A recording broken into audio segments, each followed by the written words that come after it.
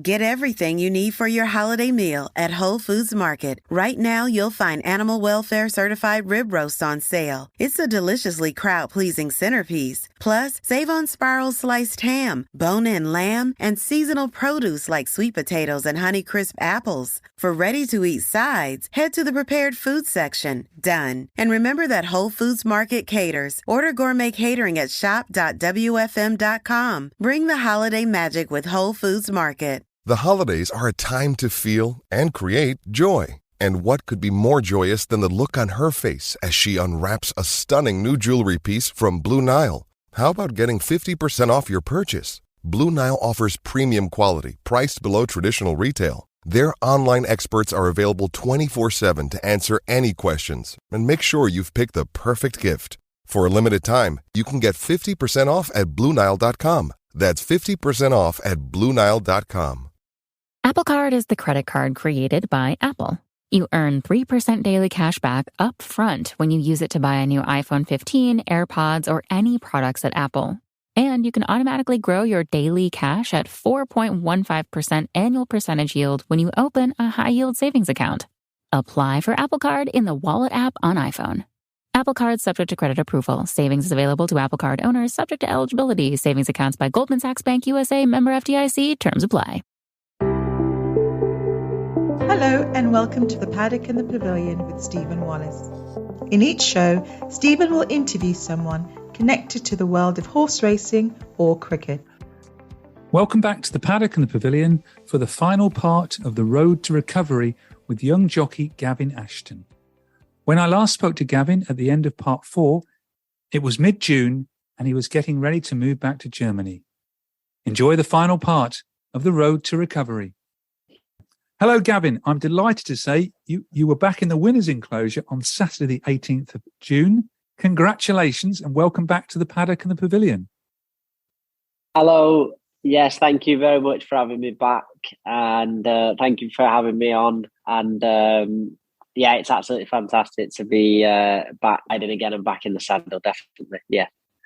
You did say that you were coming back to ride winners. Yeah, that's right. Yeah, I wasn't. Luckily, obviously, I know how difficult this sport is to have winners, and it's not always a given that you'll pick them up straight away. So I was very, very lucky to get on the horse that I got on my first day back and on my first ride. I was extremely lucky, actually, to be honest, because the person that was booked to ride it was jockey Bolzan Musabayev, who got a last-minute call to ride for Peter Shergan at Ascot. So Mickey Caddido took the ride on the day, and then he got stuck in a 3-hour traffic jam on the A12, which is the Autobahn 12 over here, and that enabled me to be on hand at the track to pick up a spare ride. And I was very lucky that it got off to a winner. They told me 15 minutes before the race what my riding sort of thing. And they said, oh you're on the favourite in the next. And I was like, I definitely weren't going to turn it down. And the day started off bad, really, because I had 5 rides on the day. And on my way to the track, 4 of them got declared as non-runners. So I was absolutely delighted to pick that up. And it was a bit of good fortune. And yeah, everything went absolutely perfectly in the race. Made the running, and she was by far the best horse in the race. I mean, you would have won on it yourself. It was definitely not down to me. The filly was very smart and a lot better than the rest of them. I was delighted to get back off to a winning start. Delighted. This was the filly Mystic Memory, and I really don't think if I'd have been on the filly that I'd have won the race, Gavin. I can assure you. I don't know. I think you could. She was heels ride and going away. So yeah, she was very smart, and yeah, it was great to get off the mat with that winner. And this was at Dresden, wasn't it? Correct. Yeah, that was Dresden said, and 4 non-runners picked up a favourite the favourite 15 minutes before the off, and then the second horse was in a €52,000 BBAG auction race. Sadly, that was no good. It wasn't up to that level, but it was great to get a ride in that race coming straight back. Yeah, so 3 months, less than 3 months after a compound fracture of your left leg, you were riding a winner. And earlier in the week, I spoke to two gentlemen you know very well, Ross Hollinworth, the lead physiotherapist, and Glen Reed, the rehabilitation therapist at the Peter O'Sullivan House. And this is what they had to say about your recovery and news on your win at Dresden. What was the extent of Gavin's injuries? Well, he suffered this fracture to his tib and fib when he was out in Germany, and obviously was managed initially out in Germany at the hospital in Berlin, where they put the metalwork in. But so he had quite extensive injuries to his tibia and fibula with some nasty fractures. So they obviously decided that the most appropriate course of action was to put this metal rod through down into his tibia, and then with some screws at the top and the bottom to hold it into place. That in itself provided the stability for the fracture sites, which meant he was then able to start mobilising and exercising on it pretty promptly. And on that point, what were the initial challenges you faced with his rehab? Well, as was always these cases, the initial challenges is trying to get his pain under control, get the swelling down, getting him so that he can walk well on it. And as we spoke about earlier, is trying to get the muscles start to engage and start to get the quadriceps and the calf muscle firing up so that he can start that journey back to his sport. And I guess also one of the other challenges with Gavin, which is often the case with jockeys, is managing expectations. And it's about sometimes trying to get them to understand that it's possibly going to take them a little bit longer than they hope for them to make this full recovery, because we do want them to go back fit and strong rather than just patched up and hobbling around. Expectations is always the biggest one initially. He thought he'd be back within 4 weeks. Yeah. Initially he was first through the door. Always the hardest part. And even when you sort of say, well, we've had these before, and I even walked him through the timeline of a previous jockey that we had through and said, look, it was 3 months when he got back, and even then he had some strength deficits and things like that. It's like, okay, well maybe it might be 8 weeks then. And so just trying to manage expectations is certainly a challenge with some of these guys. Well, that came through in the podcast. I think jockeys just want to get back in the saddle, don't they?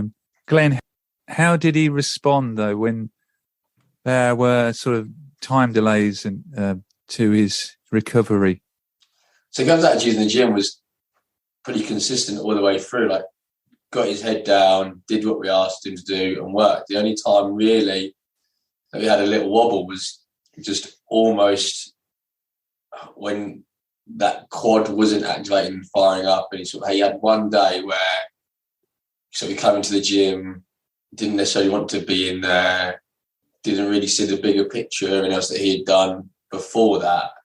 And he sort of, you manage him and let him sort of get that out of his system, and you adapt the session to make sure that sort of just his headspace still stays okay. And then I think even after the day after that, he sort of got it out of his system, comes back in and works again. So with Gav, it was just realising everything else that he can do around it to keep himself fit and active. We could do seated cardio on the ski erg and the hand cycle and the battle ropes, and we could then improve his strength, obviously, in the good leg and his upper body and his core. So sometimes with those guys, it's making sure that they can do loads of other stuff still around it, so they keep themselves active. But otherwise, his attitude was first class in the gym. It was always nice to have him, smile, chatty, positive. He'd ask questions sort of on the exercise that we was doing also as well. So that makes the buy-in easier that way around. How impressed were the two of you in the way because you must deal with other jockeys who've had similar injuries. How impressed were you with the way he dealt with his injury?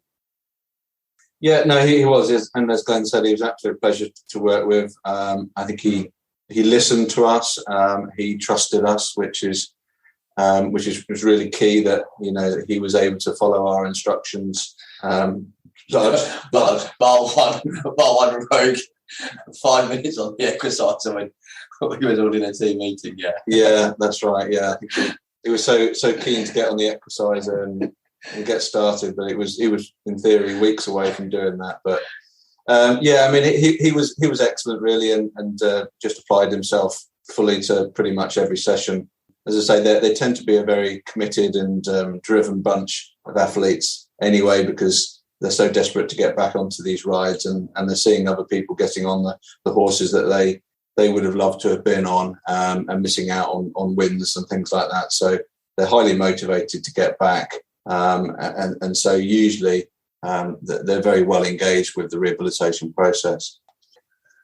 So then obviously start to get closer to the return, like doing all the stuff in the gym and the rehab is great. Obviously, like jockeys, they've got to make weight for the sport, and sometimes they can do all the work in the gym and still be a few pounds heavy before sort of being cleared to, or like being prepared to race. Like Gav, once it clicked, the quad started firing and he could see the progression that he was making with his rehab, then his whole lifestyle, like the diet improved, nutrition improved, and sort of then his body fat came down, so that when he knew that when he was going out back to Germany, he knew he was going to be able to race ride from the get-go pretty much, rather than get over there, ride out, control his weight for a couple of weeks and then race ride. Like he'd already done all those things in the gym with his nutrition, that once he was out in Germany, he was ready to go pretty much, which is class also.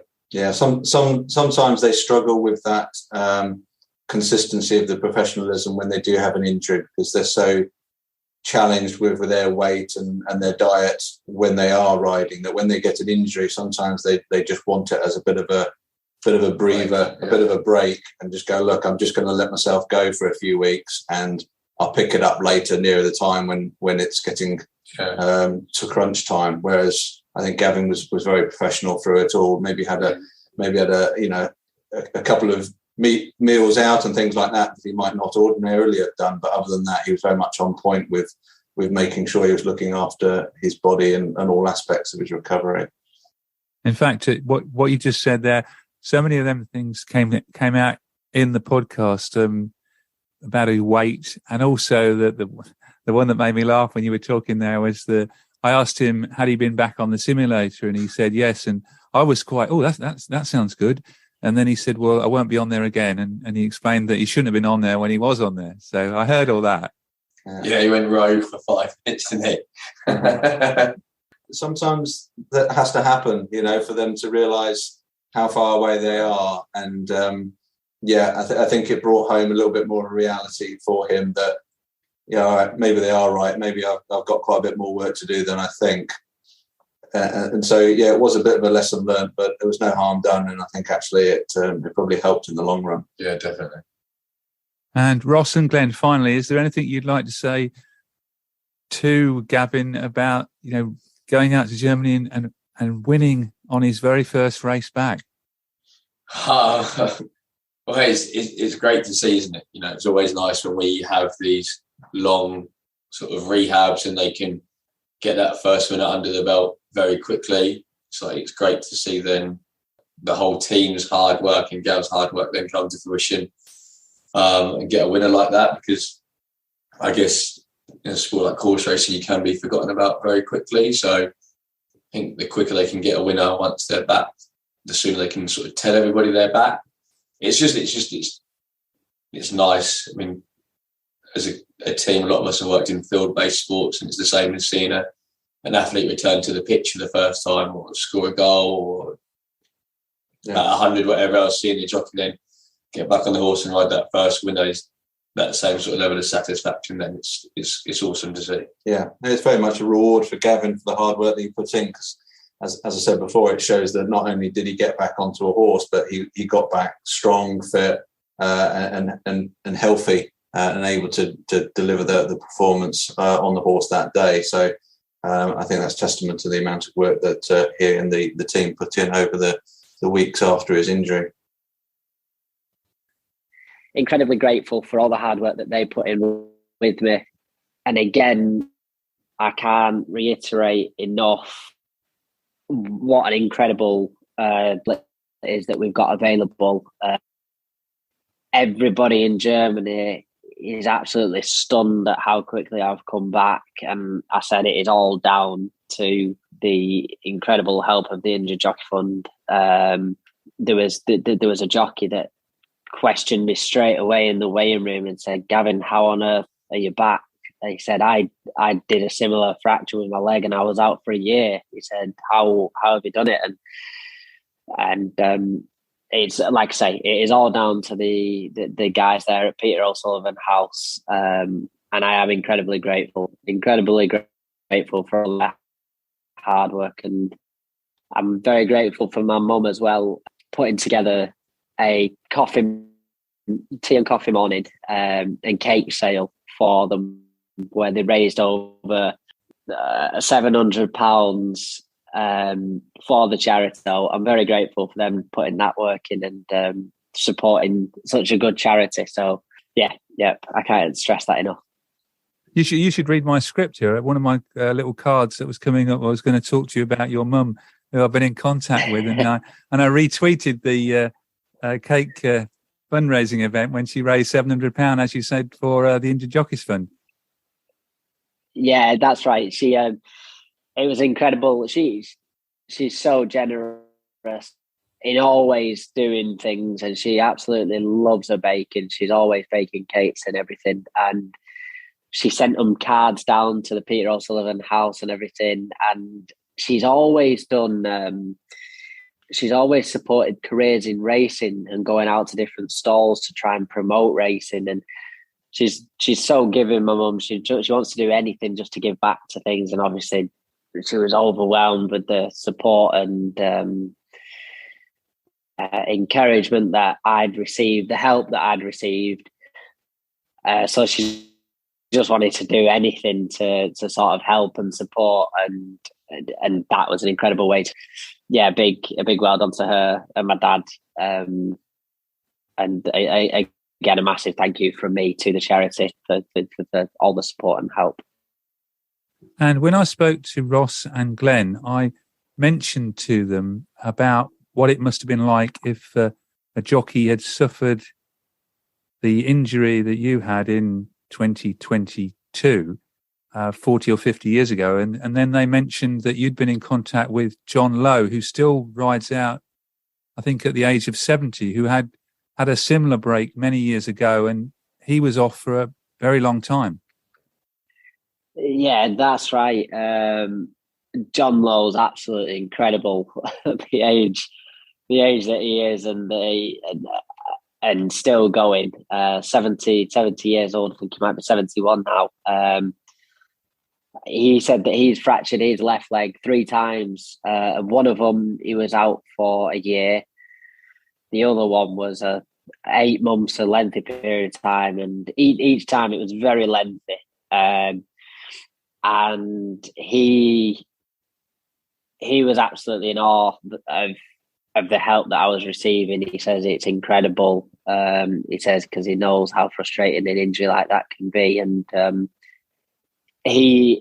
actually ended up seeing him in the IGF a couple of times. He's obviously, that's what the charity do. They support jockeys during and after the riding career, so they're still supporting him now and giving him help, which is incredible. You know, he deserves just as much help as anyone, including us riding today. So it's incredible what they're able to do now, recovery wise. It's amazing. And where's John Lowe riding out now? John Lowe's still at Roger Varian's. So obviously I knew him from my time there last year. If this is your first listen to The Road to Recovery with Gavin Ashton, why not go back to episodes 123, 124, 131 and 133 to hear the full story. Get everything you need for your holiday meal at Whole Foods Market. Right now, you'll find animal welfare certified rib roast on sale. It's a deliciously crowd-pleasing centerpiece. Plus, save on spiral sliced ham, bone-in lamb, and seasonal produce like sweet potatoes and Honeycrisp apples. For ready-to-eat sides, head to the prepared food section. Done. And remember that Whole Foods Market caters. Order gourmet catering at shop.wfm.com. Bring the holiday magic with Whole Foods Market. You went back to Germany. I think you arrived on the 14th of June. It must have been a bit of a whirlwind, what with your win on the 18th of June. How's life going in Germany with regard to accommodation and getting used to life in a foreign country? Yeah, it certainly was a whirlwind coming back. And I'd say I'm still in that whirlwind, to be honest. I'm still relentless. Sadly, not been able to get settled yet in accommodation. We're currently in fifth or sixth accommodation over here at the moment. It's obviously, I'm based in Berlin, where it's quite expensive, extremely expensive, in my opinion. So trying to find the right place close to the yard, also at the right price, that's also nice. I don't want, I'm a foreign country, like you say, spent 3 months in America living in a caravan with no AC, so I'm definitely not picky about where I live, but obviously when you want to settle in somewhere, you want to be quite nice and somewhere that you're able to call home away from home. And obviously just going to different race meetings all over the country. I mean, I've just spent 3 or 4 nights up in Hamburg for the Derby meeting. We've been making trips to Cologne to get my license sorted. All these different things, as well as moving in between hotels, has been quite frustrating. But nonetheless, I am enjoying it. There's been a massive help of support, and also just a bit of stability, and just being able to come home to someone like her is just a big support, a big help, a huge help. So I'm very grateful to her for being here. But yeah, settling in Germany itself is going well. I'm certainly getting there. And I'm just glad that the rides are coming and the winners are coming. That's essentially what I've moved here for. This is your partner, Bella. She's going to be there for a little while, isn't she? That's right. Yeah, she's here for 2 months until she goes back to America. And she, I think she's got roughly about a month left with me, so a bit more by then. I might find it quite difficult, but no, it's great having her here. It is, and like I say, ultimately the rides are slowly coming, but luckily enough, I'm ticking the winners over, which is the most important thing, and that's what I came for, and that's the goal. That's what I want to do. Yeah, because you had another winner. You had is it Magic Carousel? Yes, that's right. Magic Carousel won for me on my first day at Hamburg. They only hold a meeting there once a year for the Derby, so it's run over the Sunday, Wednesday, Friday, Saturday, Sunday. And luckily I picked up 3 rides there on the Wednesday. 3 favourites, all well fancied, and the first 2, they just didn't work out at all. Just things went wrong.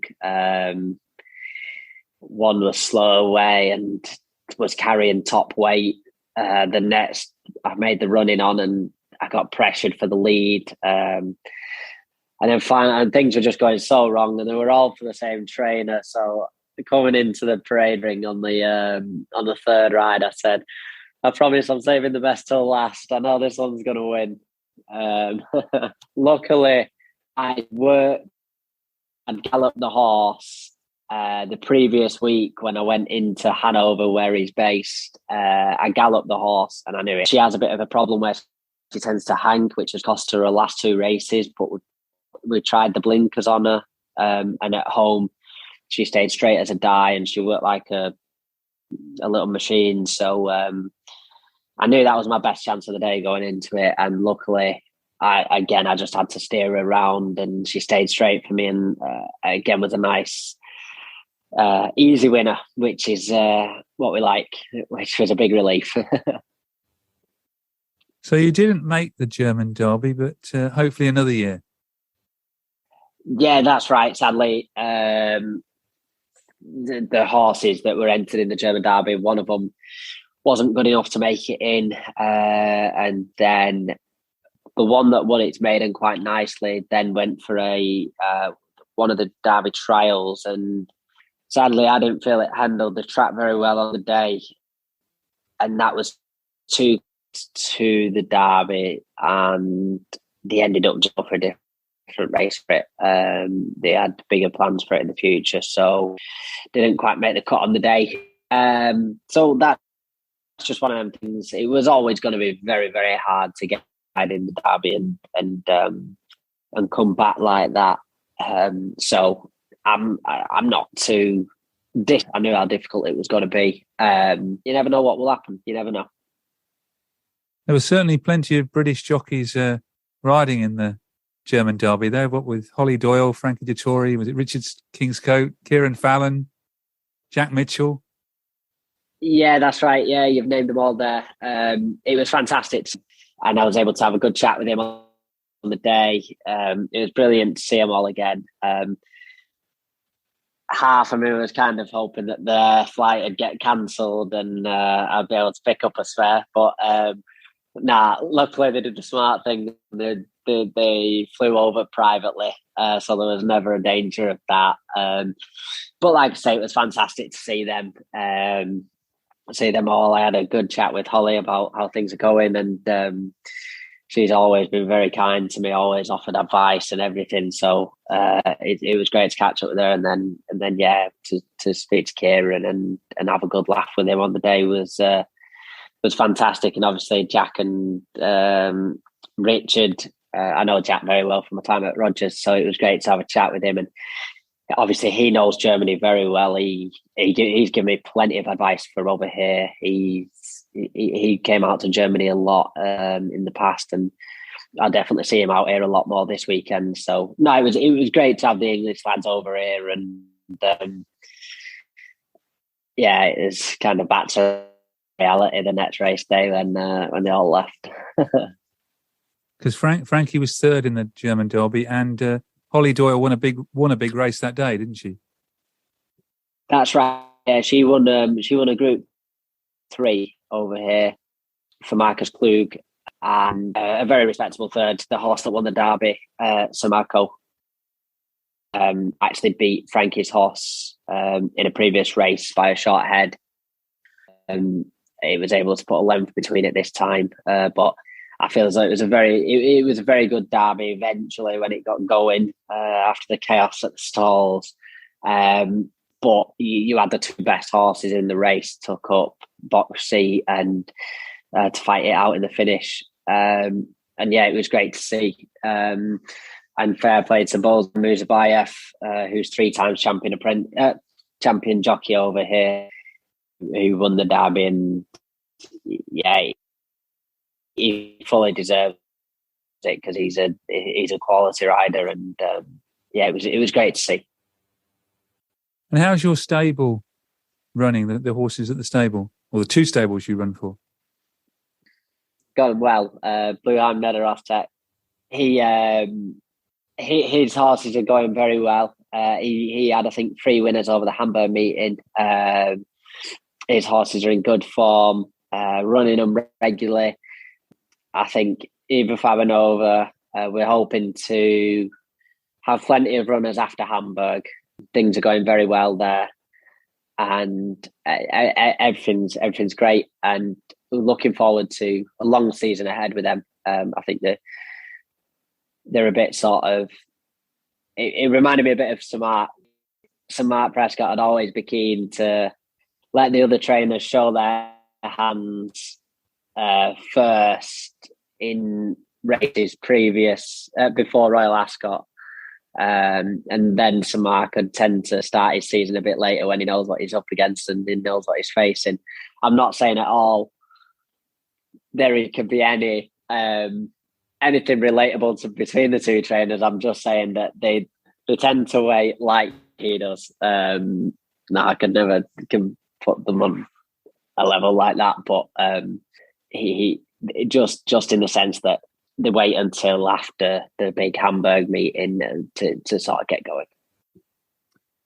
And how's your fitness? Are you not missing those punishing days at the Peter O'Sullivan house? No, fitness is here, so that was straight on the agenda. I don't have Glenn punishing me, but to be fair, they were. Peter O'Sullivan House were absolutely delighted. The physios were delighted there with what level my fitness was at. And like I say, I picked up 3 rides straight away in Germany. I knew my fitness was at the level it needed to be at, and it's just improved while I've been over here riding more and also keeping up exactly the same work in the gym that I've been doing. So, yeah, it's at an incredible level, I'd say, at the moment, which I'm happy with. Well, that's fantastic to hear. It's been a pleasure to speak to you over these 5 podcasts now. It seems a long while ago, since early April, or middle April, I think, when we first spoke, and you'd got this compound fracture of the left leg on the 22nd of March, and then to hear your ups and downs of a jockey. I was a bit worried about you in episode 2 when you had your quad problems. But thank you very much for telling your story on the Paddock and the Pavilion, Gavin.